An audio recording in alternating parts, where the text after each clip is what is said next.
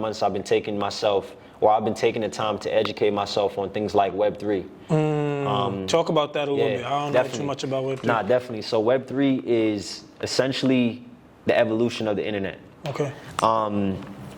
And coming from the digital entrepreneurship space, it's important to understand the future. It's important to understand that, we're moving into the future right now as we speak, every second. Facts.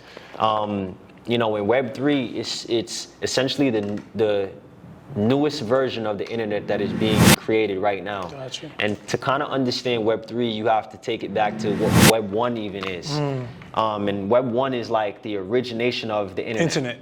Gotcha. Right? So in 1994, I believe, the internet originated, it started. But the Web1 was the version of the internet where, I don't know if you remember this, but I remember logging onto the internet and it was like a big encyclopedia. It was just information it was like one page. Just one page full of just straight info. Just info. I know what you're talking about, yeah. Right? But at that time, and as we start to talk about it, it's going to start to make sense to you. But at that time, Web1 was, we were consumers, right? So we could only go on there and we can only get information. Yeah.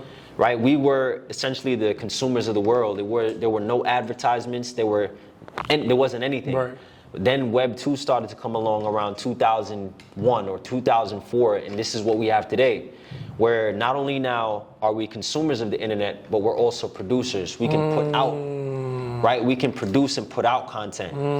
And essentially now this is when this started to evolve from Web 1 to Web 2, essentially what happened was, little did we know we were giving the world or giving these companies or these huge entities or monopolies our information.